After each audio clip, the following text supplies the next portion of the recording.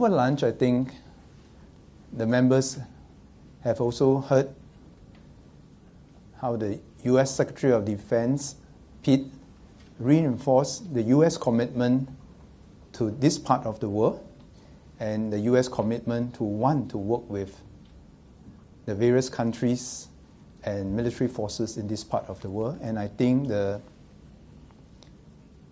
ministers around the table were cheered by this commitment.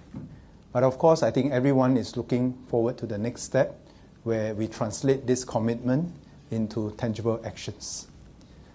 I think it will be fair to say that most, if not everyone around the table, would have hoped for the presence of the Chinese delegation, because the Shangri-La Dialogue has continued to grow over all these years. The participation has continued to grow. And that's because many people found it useful, a useful platform to exchange perspective.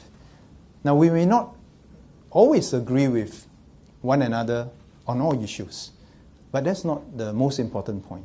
The most important point is that we have a platform, we have meetings, side meetings, that allow people to talk to one another, exchange perspectives, and that minimizes the chances of miscalculations or the misreading of each other's intention. I can't speak for China, but I'm sure the Chinese will have their own considerations as to when they would like which level of representation for which dialogue. So we continue to welcome China's participation in future dialogues. And even on the sidelines, I encourage all my fellow counterparts, all my fellow defense ministers, that notwithstanding China's absence, we should continue to reach out to China.